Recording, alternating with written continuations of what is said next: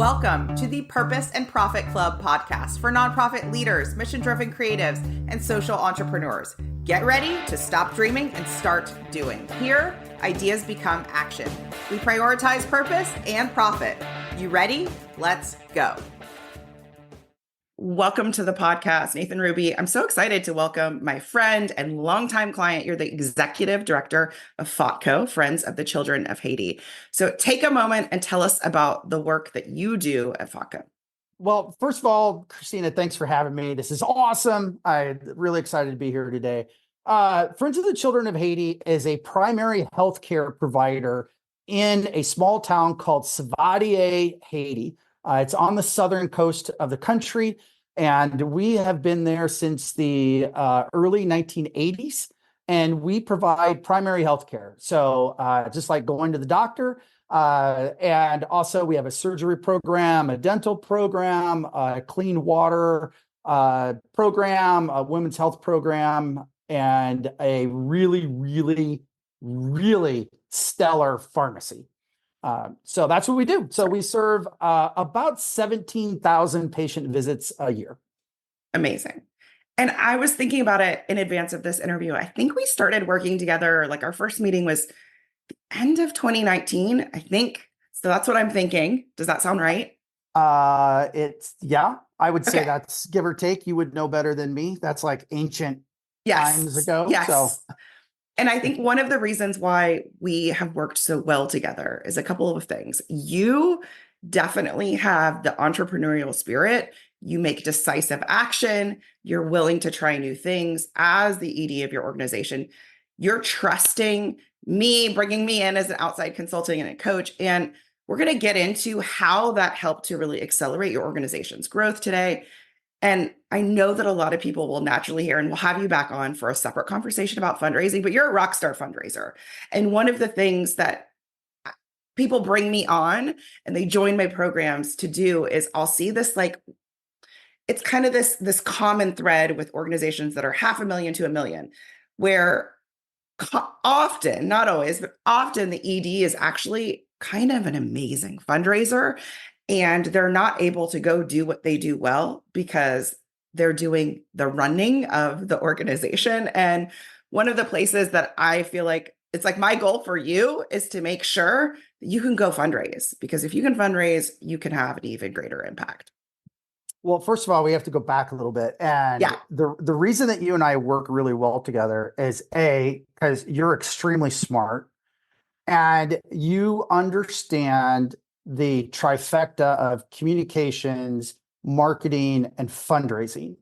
And that is a left brain, right brain type. Yeah. Usually people that are really good at marketing and communications do not have the fundraising piece and vice versa. And you have that.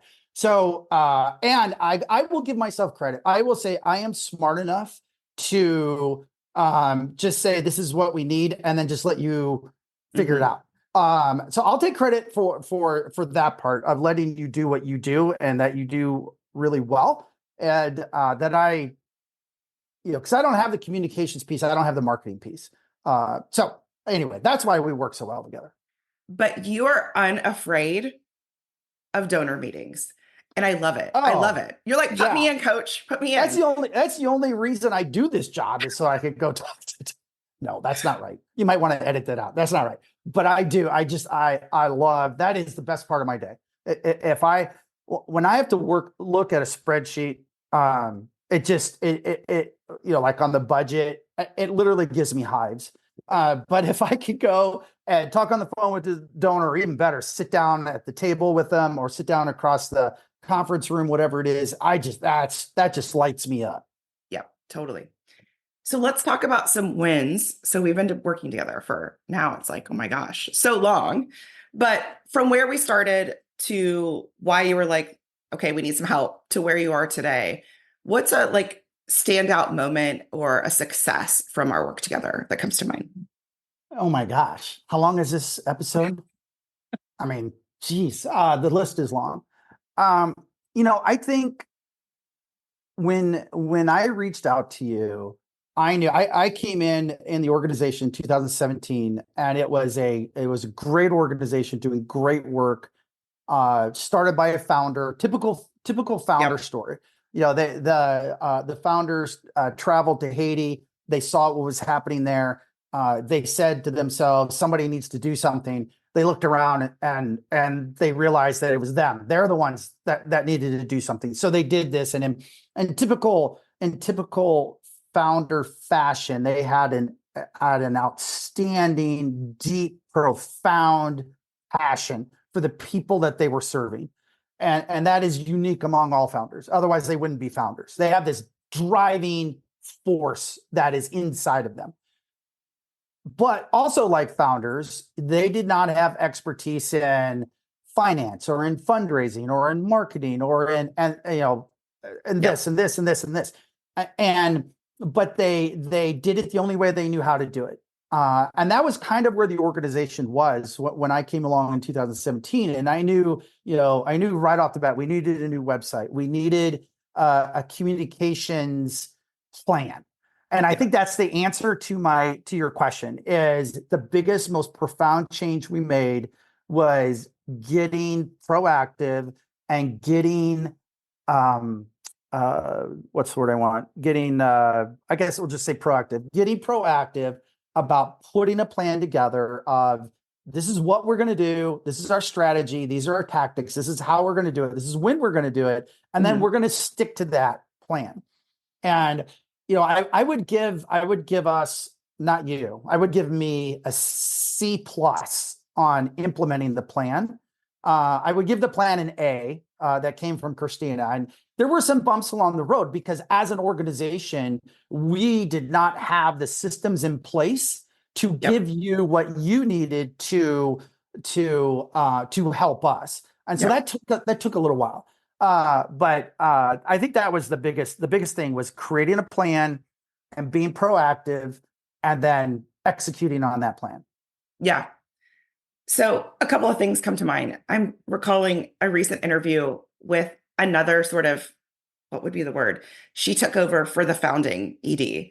And she's like, this is Wendy from Live Like Blue Foundation. She's like, I inherited, Christina, a spreadsheet with our donors. She's like, that's what I got. Right. And it's sort of this like very grassroots way of founding and running an organization. And then it's like, what is the next layer of getting us to 500 and beyond look like? And it's like, yeah, we got to create some systems. And often too, it's like, what is our actual plan? What is not only our fundraising plan? Because I think you had that, but it's like, how does that talk to and incorporate with the comms plan and the online plan and all of the things? Yeah, because well, and I think to your other client that had that, when you, in a lot of organizations, especially smaller organizations, the minute decreases to be an issue the bigger you get. But for smaller organizations, a culture of philanthropy is critically important. And in a culture of philanthropy, it is a understanding of staff and the board and volunteers and your donors, everybody, that if we don't fundraise, if we don't generate revenue, we got nothing. No margin, no mission. We can't go do this wonderful thing that we do if we don't have money in the checking account. And as a nonprofit, that's how we get that money. We fundraise. And so it has to be do we really have to talk about fundraising at this board meeting? As opposed to, this is it's a standard on every agenda, every board meeting, it's there, people are engaged. And so it's this culture, right? You have to build this culture. And then the other piece of that is having on a fundraising, when I took over the organization, we were about a $300,000 budget. And we've grown this year. We are going to hit 800,000 this year. And the fundraising plan on an $800,000 to $1 million organization is radically different than on $300,000 budget organization. But here's the thing, Christina, is you have to create the changes, the plan ahead of the growth. You don't have growth and then, we're going to do things differently. That won't work. You have to do things differently now to get to the growth. And so, that could be training, or it could be, coaching, or it could be, hey, I have this fundraising plan that did X.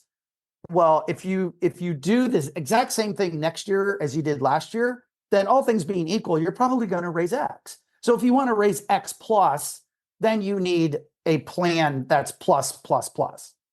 Oh, that's so good. Yeah, I'm picturing like a visual of going down a road, and it's like you have to pave the road for you to go down. Otherwise, you're just going to go down the other road, the other sidewalk.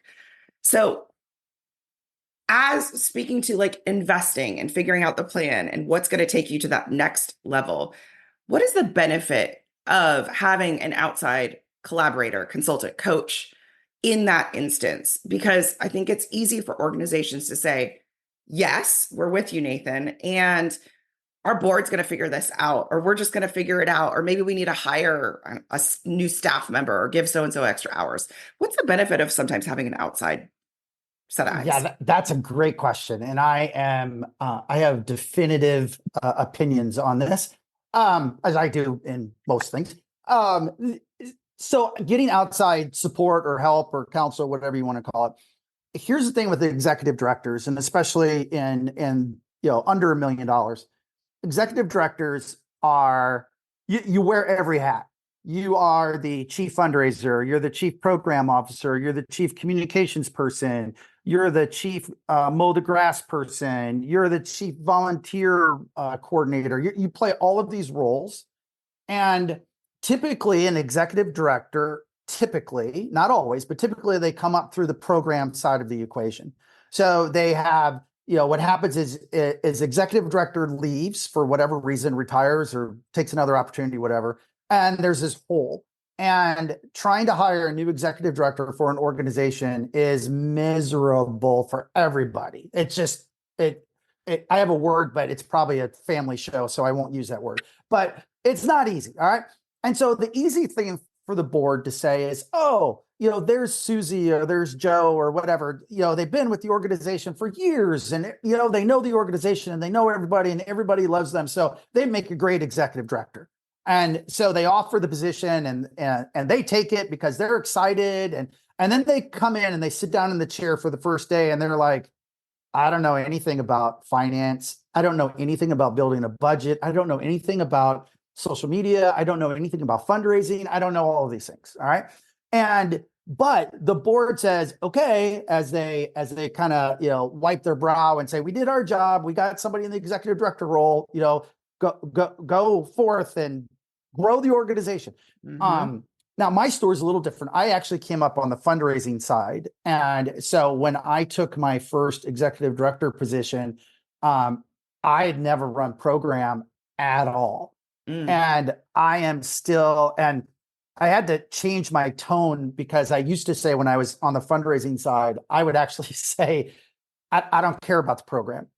Now I cared deeply for the outcomes of the program, Sure. the people that we helped, and the changes, and the changed lives and the saved lives. I cared deeply about that.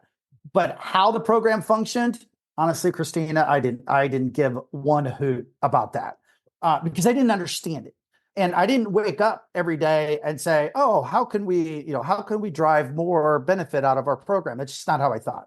And to this day, I have to be aware of that. I have to make sure that I'm spending adequate time on our program development, and that we're hitting the outcomes, we're hitting the deliverables that we say that we are. Same way with finance. I hate spreadsheets. I hate budgets. I hate all of it. But I'm the executive director, so that's my job. So I have to pay attention to that. And so the point of this rambling that I'm doing is, if you are short, and every executive director has pluses and minuses, strengths and weaknesses.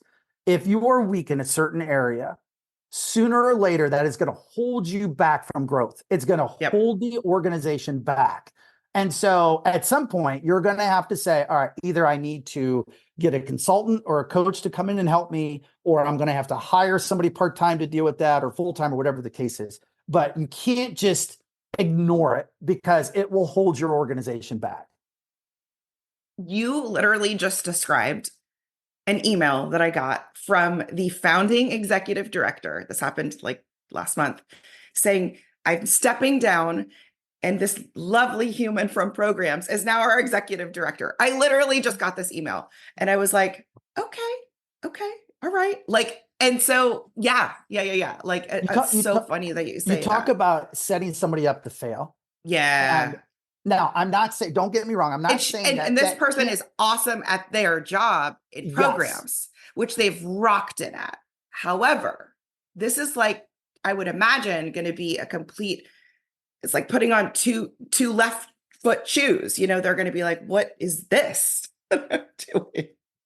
and I'm not a board person. I'm not a person that says, oh, the board's not doing their job, or oh, the board, whatever. Yeah, Um, no, it's your job. You're the executive director. It's your job to make these decisions. It's your job to do these things.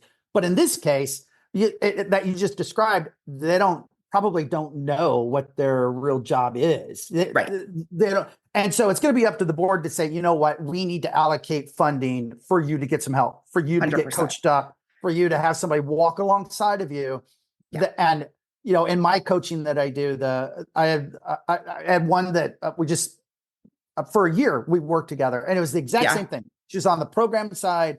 The executive director, the executive director got walked out. So a little different thing. She got put in, and she realized, I have no idea what I'm doing.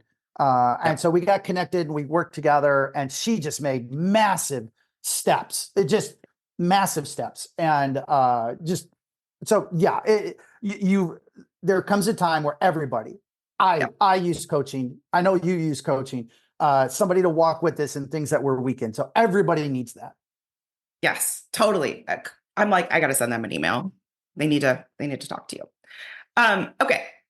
Let's talk a little bit about some of the successes we've had. I'm curious, where do you feel like FOTCOH would be had we not worked together? So had you said, we're going to figure this out in house, or we're going to figure, I don't know, just, I'm sure there's 1,000 different ways you could have gone down this path, but like, what would have looked like? What's FOTCOH like today without our work together? Other than Okay. I would have totally missed all of our WhatsApp conversations. I know. And a lot of our stuff has nothing to do even with Yeah, work. totally. I think the first thing that comes to my mind with that question is Yeah, our newsletter. yeah, And I get compliments on our newsletter all the time. All the time. Anytime I'm out talking to donors, anytime I'm out with groups of people that are insiders, that are FOTCOH, Friends of the Children of Haiti. FOTCOH is our acronym. yep. If we're with FOTCOH insiders, almost 100% of the time, the newsletter comes up. And our newsletter, prior to us working together, it looked like volunteers put it together. We had volunteers put it together, and volunteers can only do so much. And And we are talking about like a printed, mailed piece. And yeah, yes, so it was like, yes, yes, like a little, yeah, yeah, and it looked like a little mom and pa yeah. organization It was newsletter. very, very busy. So there was the design piece, and I was like, oh my God, this is going. And then there was the content piece, and both of them, it just needed the design piece. We've completely reimagined. We just started fresh. And then the content piece, and I know we've weaved that into like your direct mail, your appeals, and all of that, was just how do we step up the authority and the expertise and the true impact of what you're doing, because what you're doing is remarkable, but Yeah, that wasn't there in the content. no, Yeah, no, and the big thing is, and whether you're fundraising or marketing or communications in your nonprofit, it's all about stories. It's all about telling stories. And that was one of the big changes we made in the content. Was we went from factual telling you what was happening, or what happened, to here's this story. Here's this patient story. Here's the name. Here's a picture. Here's what happened. And Mhm. we're not talking, 1,000-word stories. They're Right. like, 100-word stories. I mean, they're Yeah. short little things. Yeah. And so I think that was a big upgrade. The design, most people, and as executive directors, we put in hours agonizing over these newsletters and every word, and, all of this stuff. And, people people are going to look at the pictures. They're going to look at the captions under the pictures. They're going to look They're at going to skim it. Yeah, what's bolded, what's in different colors. They're going to maybe skim your executive director corner that you write. They're going to look at the PS, and now you're real zealots. You're real ambassadors that love everything about your organization. Maybe they read every word, but that's not the majority. And so you've got to hit their attention in those spots where they're going to look. And I think that was the biggest difference. And our going back to the design again, it looks good. The colors are on our color palette. It looks good. It's professional. And I think for organizations, there's a point where you transfer from we're a mom and pa, operation, and everything's about saving $1. And we printed this on our own printer, and we had volunteers come in and fold it. And and that's great for a $200,000 organization or $150,000 organization. But again, going back to, you have to change first to get the growth. If you want to grow to a $500,000 organization, then you have to look like a $500,000 organization, or else donors aren't going to support you at that level. So, and it's, it doesn't mean that you spend, thousands of dollars on every newsletter. We're not saying that, but look at the newsletter that comes from the biggest hospital in your community or the big universities. Look at what they're putting out compared to what you're putting out. Now, obviously there's a cost difference there. And I'm not saying if you're $100,000 budget, you need to put out what the university of, whatever state you're in does, but you've got to step it up if you want to grow.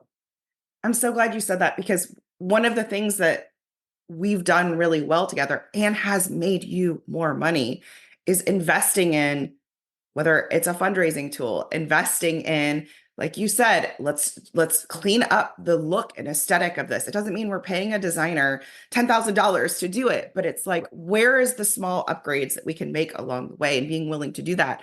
And sometimes I have organizations that come to me and it's like a race to the bottom.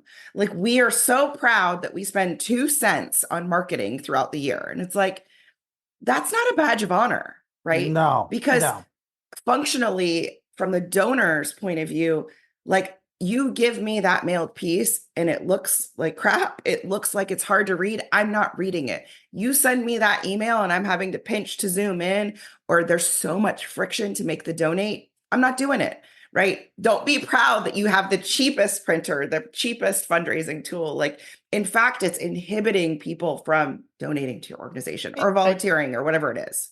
Okay, you just took one of my pet peeves and you just cranked me up on it. One of my pet peeves is this 30% overhead percentage that people talk about, that was created in like 1932 or whatever. And donors get fixated on it, and it's not as bad as it used to be. But I still hear it once in a while. And so I think nonprofits have this, we have to be under this arbitrary number. And for admin cost, and the lower the ratio, the lower the percentage, the better it is. It's the wrong question. The question is your impact. What impact are you making? So if I wanted to bring FOTCOH's ratio down to 5%, I could do it. I mean, I could bring that thing down to almost nothing. So, but what would we have to sacrifice? Well, we could not do an audit. I mean, that's expensive. We could not do that. So now I'd have no way to show donors that yes, your money is going to where we say it is, but I've cut my ratio down. Sure. I could cut you out. Cut your entire comms plan. Yeah. We could go back to, we could do no social media. We could do no newsletter. And we could go back to sending, like we used to before I came, to one appeal letter at the end of the year, and that's it. Yeah. Okay. Well, that would cut that ratio way down. So it's not about, I don't mean to be snarky, but it's not about the ratio. It's about output. And I have talked to donors, and most donors, vast majority of your donors, if you could say, hey, if I spend a little more money, then I would have more revenue to make a bigger impact, to serve more people better. Mr. and Mrs. Donor, which would you have? Would you rather have a little bit higher ratio and serve more people, or a much lower ratio and serve half the people that we are now? If you ask your donors that, I guarantee you they will take the bigger impact. This is why we get along so well. Like this is it. It shouldn't be a badge of honor that you're like, great news, Mr. and Mrs. Donor. Our staff of 5 employees are getting paid just above the poverty line. So they're barely making ends meet.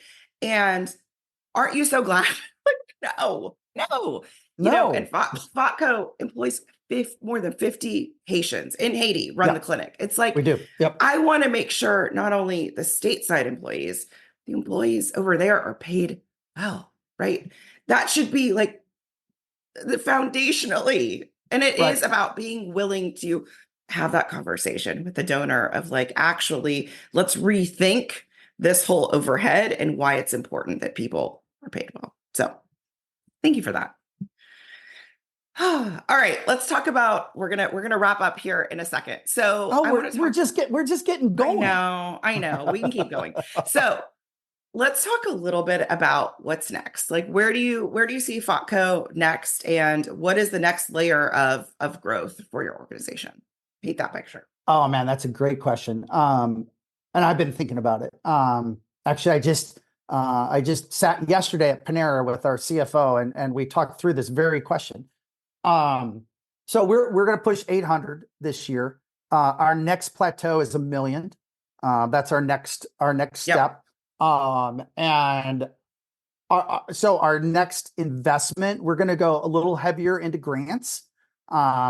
We are, and if you're listening to this podcast and you heard me say grants, that is not a panacea. That is not a, we're going to get into grants, and all of a sudden, you have this big, huge, money just starts falling out of the sky.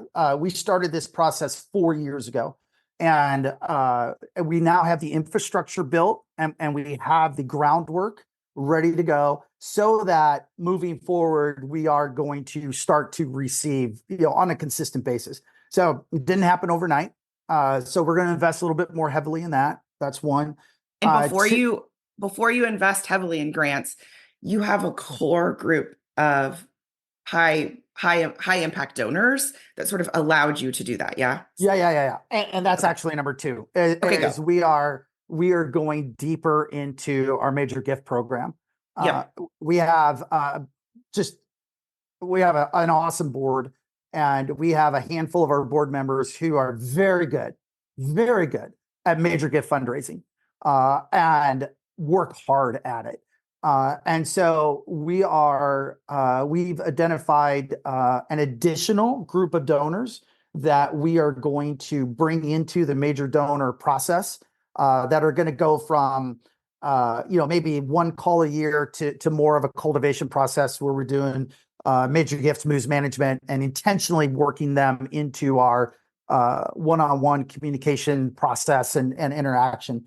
And then the other thing in that same topic would be, we have to go deeper with some of our already generous donors, and connecting the dots between transactional, even at the major gift level, less transactional, more personal. And so finding out what is the donor's real passion for giving? What are they trying to achieve through their philanthropic giving? And then connecting those dots of, okay, Mr. and Mrs. Donor, these are the 3 things that are really important to you. And here's how we meet that. Here's how we deliver that for you. And when you do that, you go from 3-figure gifts to 4-figure to 5 to 6. That is how you bump up and here's the thing, Christine, and I know you know this. You already have, if you're an executive director and you're listening, I'm telling you, you already have the money in your current donors. You don't need to go spend money. Yes, do we need an inflow of new donors? Yes, every organization needs that. I'm not saying that's not important. It is somewhat important. There needs to be a little bit of emphasis on that. But all the money you ever need for your organization is already in your donor base. You just have to go make the connections with those donors, find out what's important to them, and then show how your organization, the outcomes, how you're changing lives, how you're saving lives, how that connects to your donor's passion, and the money will follow. Like, let that sink in because it's true. Like, let that sink in because it's true. They're right here. They're right there. You haven't asked. They haven't felt seen. They haven't felt engaged with. Like, they exist. I'm so glad you said that. I'm thinking about my assistant putting together the quotes for this episode. I'm like, that's a quote. That's a quote. There's another quote. You had a lot of good ones. Well, Okay, see, but here's the thing with your Yeah. donors. Sorry, I didn't mean to interrupt you. Yeah. I did, but sorry. They're already giving. Those donors that you have that are in your donor file, they're giving those 4 and 5 and 6-figure gifts. They're just not giving them to you. They're giving them to Yes. other people. They're already doing it. That's right. And if they're not giving them to you, it's because you haven't done the work to get them to motivate them, to encourage them, to ask them to give to you. Yeah. That's a solvable problem for sure. Right. Yeah. The best. Duh. Okay. You said something, but I want to make sure that you have to tell us a little more. You said my board, there's some really great fundraisers on my board. And I want to know, how did they become really great fundraisers? Yeah, Nathan? Did good they question. just come to your board and say, I'm going to be a board member because I'm thinking of a few that I know personally? Did they come as natural, amazing fundraisers? Nobody raised their hand and said, ooh, pick me. The smart kid in 5th grade that always answered all the questions that annoyed everybody else. Sorry if that was you. No, I was in the back corner. You're good. not making eye contact. So I have the best board. I've been doing this for 25 years, and this is the best board I've ever had. They are amazing. And we have 14 board members. Half come from the business world, half come from the medical world. We're a medical clinic, so we've got to have, the medical side is really important. But we worked really hard, and the board has worked with me on this over the last 6 years to bring in really high level, competent business people who think differently, who have different perspectives, different ideas, different skills. And so I have 4 or 5 that are not afraid to pick up the phone. And if I say, hey, this donor, just gave this gift, can you reach out to them and say thank you? The next thing I get back is send me the contact information. And then 3 days later, they've sent me the thing, done. This is what we talked about. And so a couple of things. If you have a board that it's not doing anything for you in that field, here's how you do it. A couple of easy steps. One is, don't expect your entire board to do it. Unless you've recruited them as fundraisers, that's specifically what we're asking you to do. They're not going to do it. They're just not. You didn't recruit them that way. So every board member that we're actually in the process of cultivating a couple of them now, and that was like within 3 minutes of the first conversation, is this position. We're expecting you to fundraise and to bring in this much money. That is right up front. And so if they're not interested in that, then they're not a fit for us.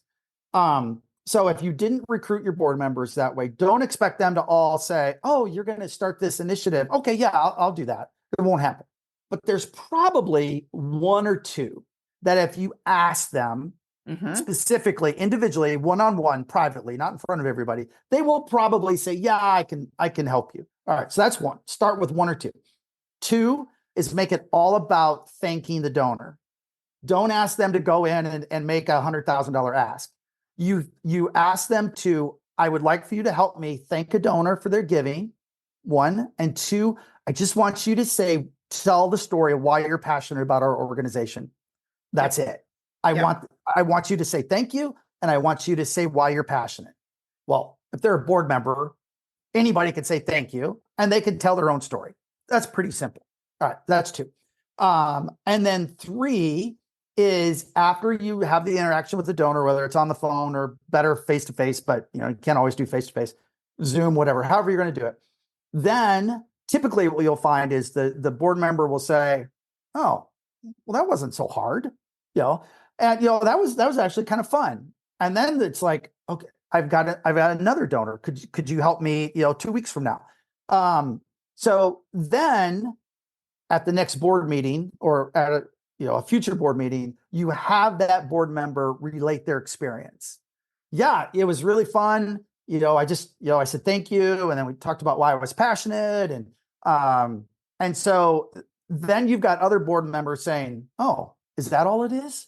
Well, Yep. okay, I could do that. I can say thank you and tell my own story. That's how you start, as opposed to, I'm going to make a $5,000 ask next week, and I need somebody to go with me who's going to volunteer. Yep. Nobody's going to do that. So that's how you do it. So smart. And it's like these little incremental Little pieces, steps. coaching them through it. Yep. And it was reminding me of what we did at the end of the year. So we sort of took, I'm going to say, those warm board members, and then we opened it up to the whole board and said, who's going to help us fundraise, right? We had a container of a start date and an end date. And I helped you create this of like this fundraising campaign online. And then the other piece that is similar, but a little different to what you just said, is we gave them a toolkit, which was like, how do I make this the easiest thing possible? And the most fun outcome, aside from the money raised, which was so fun, and the new donors that came in, which was so fun, was the one board member that hit reply all on a thread to the other board members that just said, this was so easy. All I did was post once, and I think he had, $5,000 come in that day or something. And it was like that endorsement helped get people. Yeah. Oh, we can do this too. Yeah. So, and another thing on your board, and it doesn't make any difference if it's the the grandma who's on your board, who's been on the board for 20 years, and she's the most wonderful, amazing person, and everybody loves her, and she loves the organization. Whether you're talking about her, or if you're talking about the CEO of a $500 million company, they are terrified to fundraise. I don't care who they are. I have one board member now who came in the door and said, I'm going to help you do this, and I will do this. And this guy, he is one of the best major gift fundraisers I've ever been around. And he has no clue what he's doing. So but he had passion, and he had the desire to do it. And so we've coached him, and we've worked with him. And he's the only one in 25 years who came in and said, I will help you do this. Yeah. The rest are terrified. And I don't care who they are. I'm telling you, Christina, you take the CEO of $1 billion company can go in and speak to 10,000 people and can lead all of these things and do all of these things. And if you say, could you help me ask a donor for a gift? You will see fear creep into their eyes. So don't ask them to do that. Ask them to help you say thank you to donors and tell their own story. That's if you try to get them to do any more than that at the get-go, they're lost. Done. Yeah, totally. Yep. Okay. So we ask every guest on the podcast, what is one thought that you like to think on purpose? So maybe this is an affirmation, maybe this is a quote you heard. What is something that kind of helps keep you motivated as you're doing this work?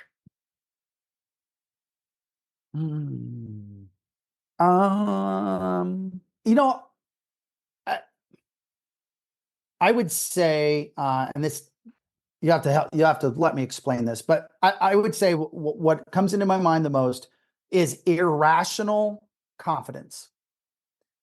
Well, and by that, I mean, not irrational confidence says, I don't care what the situation is. I don't care what's happened. I know I have confidence in my own ability. I have confidence that I can figure it out.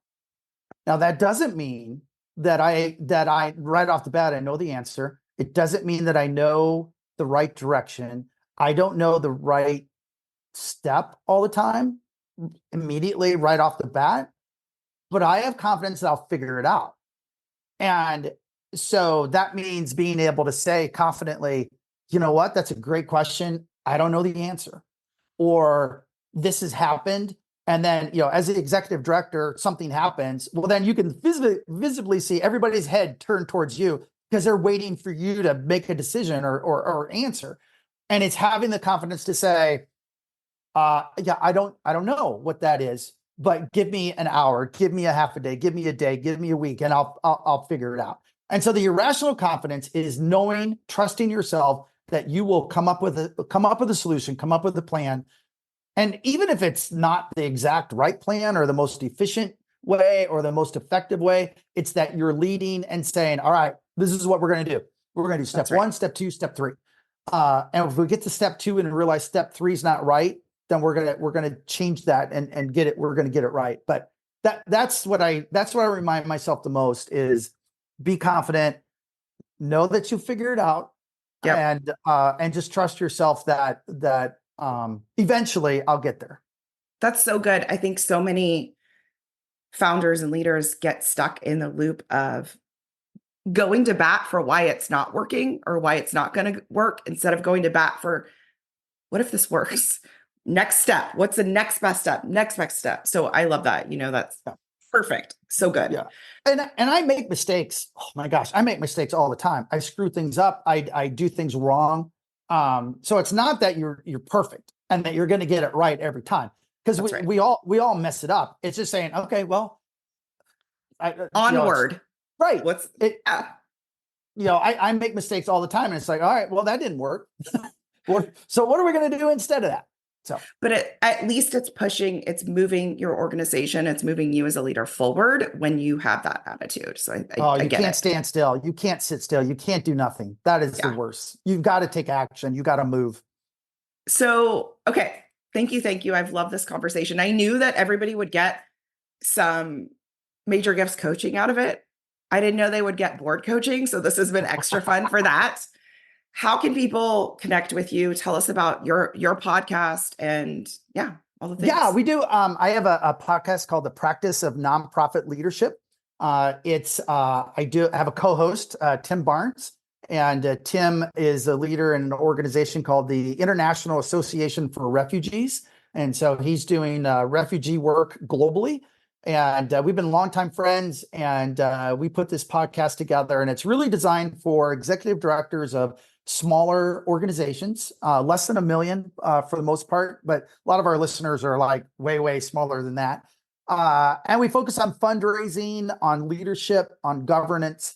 And Christina, you've been a wonderful guest of ours a few times. And so we talk about marketing, and it is a place for executive directors to come together to learn. And we're starting a new membership program where we're going to be doing some online office hours where people could come in and hang out with us and ask questions and go in a little deeper. And so that's the Practice of Nonprofit Leadership. That's my podcast, and would love to have you check it out.